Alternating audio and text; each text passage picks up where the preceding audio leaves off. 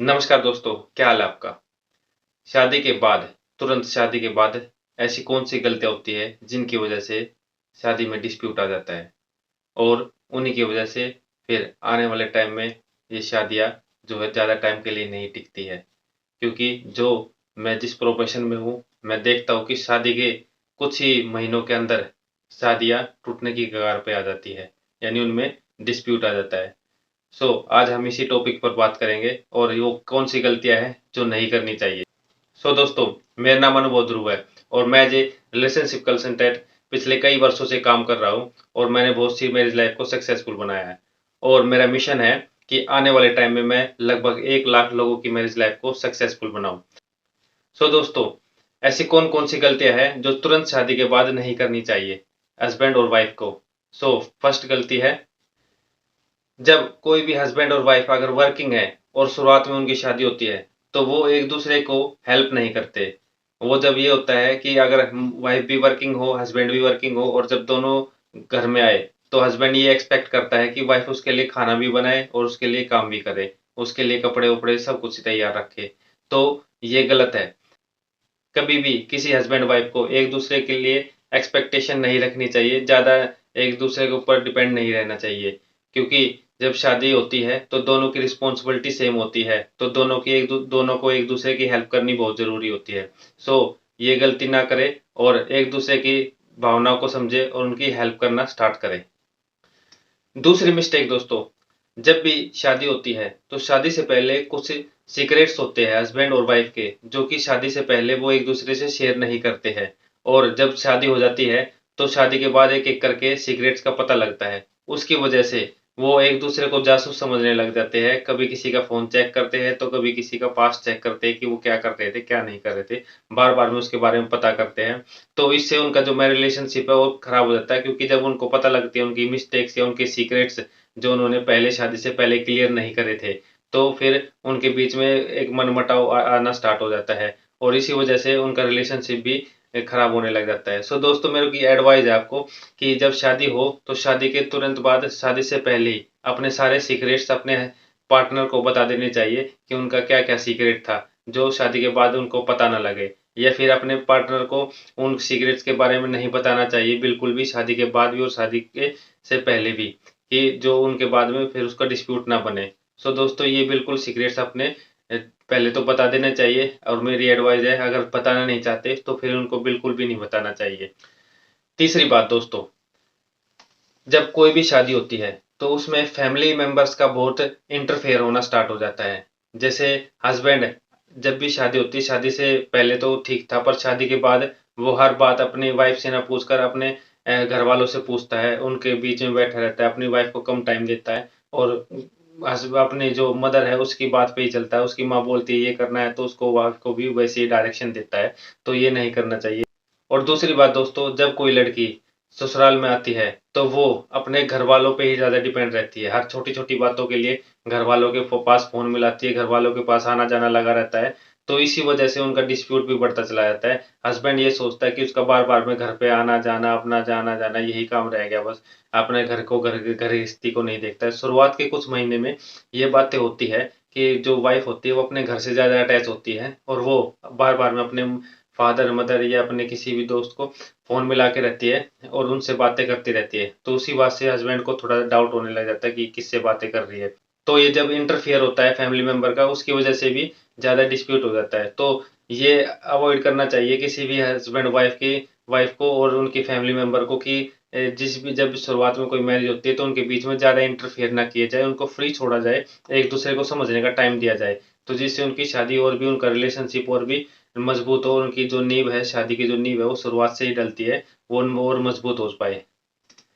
चौथी बात दोस्तों, जब नई नई शादी होती है तो हस्बैंड और वाइफ सोचते हैं कि हम घूमे फिरे, कहीं हनीमून पे जाए, तो उनके बीच में पैसे का कोई बजट नहीं बन पाता है और वो पैसों को बहुत ज्यादा खर्च करने लग जाते हैं। हस्बैंड ये सोचता है कि मेरी वाइफ में की नज़रों में मैं कम ना पड़ जाऊँ, और वाइफ सोचती है कि मैं हस्बैंड की नज़रों में कम ना पड़ जाऊँ। तो वो एक दूसरे को ज़्यादा पैसों का शो करते हैं, और वो पैसे की वजह से वो अपना जो बजट है वो खराब कर लेते हैं। और जब कुछ समय बाद उनको लगता है कि इस टाइम पे इतना ज़्यादा खर्चा नहीं होना चाहिए था, तो उनको जब रियलाइज़ होता है तो वो उस चीज़ से पछतावा करते हैं, और फिर अपना छोटा-छोटा बजट बना के चलते हैं। और जब बजट बनाना स्टार्ट करते हैं, तो वाइफ और जो हस्बैंड उनके बीच में ये आ जाता है कि पहले कैसा था और अब कैसा था, उनके बीच में डिस्प्यूट आना स्टार्ट हो जाता है। सो ये बिल्कुल ना होना चाहिए। अपना बजट शुरुआत से ही बना के चलना चाहिए, शादी से पहले ही, कि भई हमें शादी में कितना खर्चा करना है और शादी के बाद कितना खर्चा करना है। तो ये सारी चीज़ों का बजट अगर बना के चलते हो तो बहुत अच्छा होता है। और एक और बात, जब भी शादी के बाद जब कोई हस्बैंड अपने काम में लगा रहता है, तो वो चाहता है कि जैसे सुबह जाके शॉप पे बैठ जाता है और रात को 8 बजे या 10 बजे घर पे आता है, तो वो फिर भी वाइफ को ज़्यादा टाइम नहीं दे पाता है। तो उससे ये लगता है कि ये तो पैसों की ज़्यादा पीछे पड़ा हुआ है और मेरा तो ध्यान ही नहीं रखता। तो किसी भी हस्बैंड को अगर अपने काम से का प्यार है, तो अपनी वाइफ को भी टाइम देना चाहिए। शुरुआत में उसको टाइम देना चाहिए, भरपूर टाइम देना चाहिए, जिससे उसकी वाइफ को उस पे विश्वास हो और वो उस पे विश्वास करके उस पे फेथ करने लगे और उसकी सारी बातों को समझे। 5वीं बात दोस्तों, जब शुरुआत में शादी होती है, तो शादी के तुरंत बाद हस्बैंड और वाइफ की को एक दूसरे की कुछ हैबिटें अच्छी नहीं लगती है। जैसे कि हस्बैंड ज़्यादा पीता है, जैसे वाइफ अपने घर वालों से ज़्यादा बातें करती रहती है, और जैसे हस्बैंड या वाइफ कोई भी रात को नहा के नहीं सोता है या अपने कपड़े नहीं अच्छे रखता है, मतलब एक दूसरे की हैबिट को उनको अच्छा नहीं लगता है, और उन्हीं हैबिट की वजह से वो उनको टोकते रहते हैं, और सीधे-सीधे कई बार तो ऐसे जब लफ्ज़ बोल देते हैं कि तुम में ये अच्छा नहीं लगता, तुम इसको जल्दी से जल्दी बदलो, मेरे को अच्छा नहीं लगता। तो मतलब उसको एकदम ताना-सा मार देती है, तो उसकी वजह से भी उनका डिस्प्यूट होना स्टार्ट हो जाता है। तो कभी भी जो भी हैबिट हो, तो उसको पहले ही समझ लेना चाहिए कि ये हैबिट मेरी गलत है। तो उस हैबिट को अगर टाइम पे ही सुधार लेते हैं, तो वो आपका जो मैं रिलेशनशिप है बहुत अच्छा हो जाएगा, और उससे जो आपकी जो शुरुआत की जो नींव है ना, जो शुरुआत के 5-10 महीने में जो आपका टाइम होता है, जो सबसे अच्छा टाइम होता है, जो सबसे सेंसिटिव टाइम होता है, जिस पे डिस्प्यूट भी हो सकता है और बॉन्डिंग भी हो सकती है, उस चीज़ को अपनाना चाहिए, उस चीज़ को देखना चाहिए और उस चीज़ को समझना चाहिए, और फिर अपनी जो हैबिट है उसको चेंज भी करना चाहिए, क्योंकि टाइम के साथ अगर चेंज हो जाती है, तो आपका टाइम भी बहुत अच्छा हो जाएगा। सो दोस्तों, इसको ज़रूर अपनाना चाहिए और अपने आप को चेंज करना चाहिए। और दोस्तों, छठी बात ये है कि हस्बैंड और वाइफ जब शुरुआत में शादी होती है, तो वो चाहते हैं कि एक-दूसरे का बिल्कुल साथ रहे। उनके साथ बैठे, उठे, बात करे, सोए, लेटे, सब कुछ ये सोचते हैं कि एक-दूसरे के साथ में रहे, चिपके रहे, तो वो नहीं होता है। बिल्कुल भी नहीं, ये बातें अवॉइड करनी चाहिए, क्योंकि उन दोनों को भी एक-दूसरे का स्पेस चाहिए, फ्रीडम चाहिए।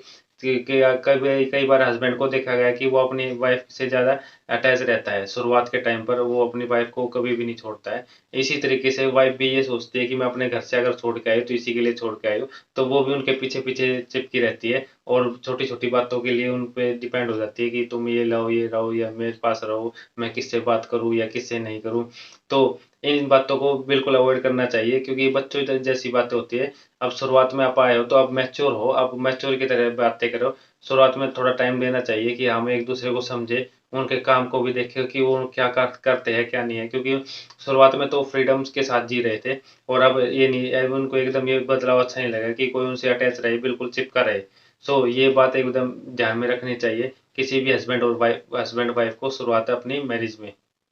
7वीं बात दोस्तों, हस्बैंड और वाइफ एक दूसरे से उम्मीद करने लग जाते हैं। शुरुआत में जब शादी होती है, तो शादी की शुरुआत में ही वो एक दूसरे से ज़्यादा एक्सपेक्टेशन करने लग जाते हैं, उम्मीद करने लग जाते हैं कि ये मेरे लिए ये करेगा, ये मेरे लिए वो करेगा। तो उससे उसके लिए ज़्यादा एक्सपेक्टेशन करने लग जाती है। वाइफ सोचती है कि मेरे हस्बैंड मेरे लिए अच्छे-अच्छे गिफ्ट ला के देगा, अच्छे-अच्छे कपड़े ला के देगा, और मेरे लिए ये करेगा, कभी मूवी देखने, कभी कुछ ज़्यादा उम्मीदें करने लग जाती है।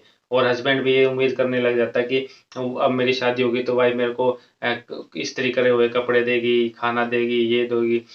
भले ही ये करना चाहिए, पर उससे ज़्यादा उम्मीद नहीं करनी चाहिए, क्योंकि क्या होता है कि जब हम एक-दूसरे से पहले रिलेशन में नहीं थे, जब हम अपने काम खुद भी करते थे और छोटे-छोटे काम करते थे, एक-दूसरे पे ज़्यादा डिपेंड नहीं थे। पर उसके शादी के बाद तुरंत ही एक-दूसरे पे डिपेंड हो जाते हैं, उम्मीदें रखने लग जाते हैं कि वो मेरे लिए ये लाए, ये मेरे लिए ये लाए। तो उस चीज़ का ध्यान रखना चाहिए, क्योंकि इन्हीं वजह से डिस्प्यूट भी हो जाता है और शादी में दरार भी आने स्टार्ट हो जाती है। सो इन बातों को ध्यान रखना चाहिए, ज़्यादा उम्मीद नहीं रखनी चाहिए। जैसा आप पहले थे उस तरीके से ही रहना चाहिए और थोड़ी-थोड़ी उम्मीद करनी चाहिए हस्बैंड और वाइफ को एक-दूसरे के साथ। 8वीं बात दोस्तों, ये सबसे ज़्यादा कॉमन बात है जो देखी गई है कि बात-बात पर रूठना, बच्चों जैसे बिहेव करना। क्योंकि हस्बैंड वाइफ का शुरुआत का ये जो रिलेशन होता है उस टाइम पे ये सोचते हैं कि वो एक-दूसरे को बिल्कुल भी हर्ट ना करे, एक-दूसरे की पूरी बातें माने। पर जब कोई भी एक-दूसरे की बात नहीं मानता तो वो रूठ जाते हैं, या तो खाने के ऊपर या कपड़ों के ऊपर या किसी और चीज़ के ऊपर, तो वो रूठ जाते हैं और रूठने की वजह से फिर वो एक-दूसरे से बात नहीं करते हैं। कम से कम 10-10 दिन तक भी बात नहीं करते। शुरुआत में मेरे साथ भी ऐसा ही हुआ था जब मैं शादी हुई थी मेरी, तो अपनी वाइफ से मैं खाने-वाने के ऊपर भी लड़ाई-झगड़ा होता था। छोटी-छोटी बातों पे रूठना हो जाता था। तो जब हम एक-दूसरे से रूठ जाते थे तो कई-कई दिन हो जाते थे हमें ना बात किए हुए। पर मैंने उस बात को समझा, उसने भी समझा और हमने एक-दूसरे का बॉन्डिंग अपना रिलेशन को बहुत स्ट्रॉन्ग बनाया। सो ये चीज़ नहीं होनी चाहिए।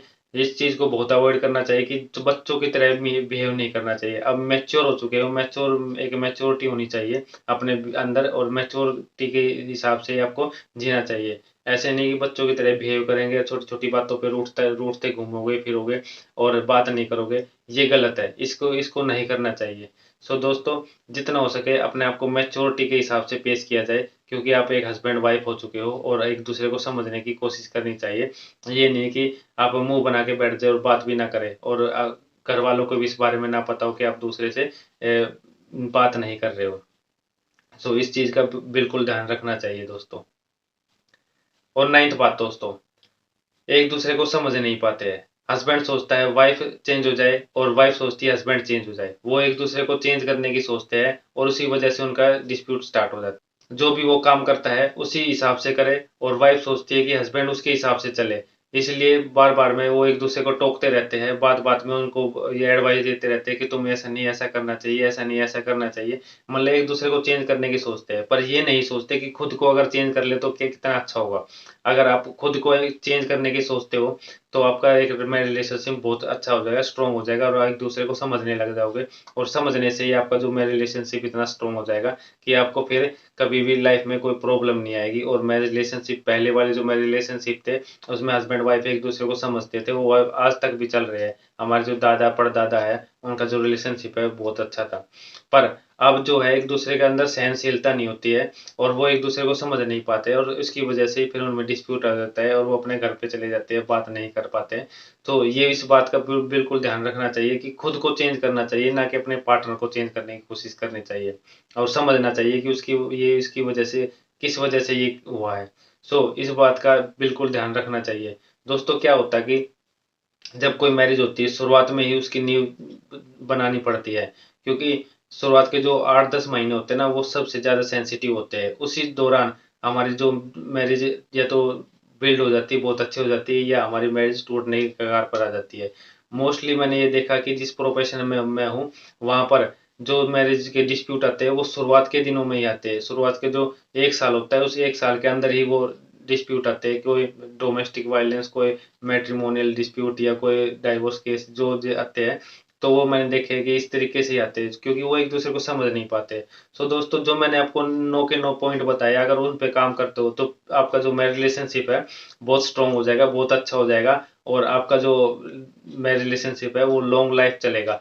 सो दोस्तों, अगर ये वीडियो आपको अच्छी लगी तो प्लीज़ इसको ज़रूर लाइक करना और आपको लगे कि ये किसी और की लाइफ में भी कोई इम्पैक्ट डाल सकती है तो इसको शेयर करना मत भूलना और मेरे चैनल को सब्सक्राइब करने के लिए धन्यवाद। और अगर अभी तक आपने सब्सक्राइब नहीं किया है तो प्लीज़ इसको सब्सक्राइब ज़रूर कर लेना और सब्सक्राइब कर बेल आइकन पर ज़रूर क्लिक कर लेना, क्योंकि इस तरीके की और भी अच्छी-अच्छी वीडियो मैं लाता रहूँगा जिनका नोटिफ़िकेशन आपके पास लगातार आता रहे। सो दोस्तों, नमस्कार।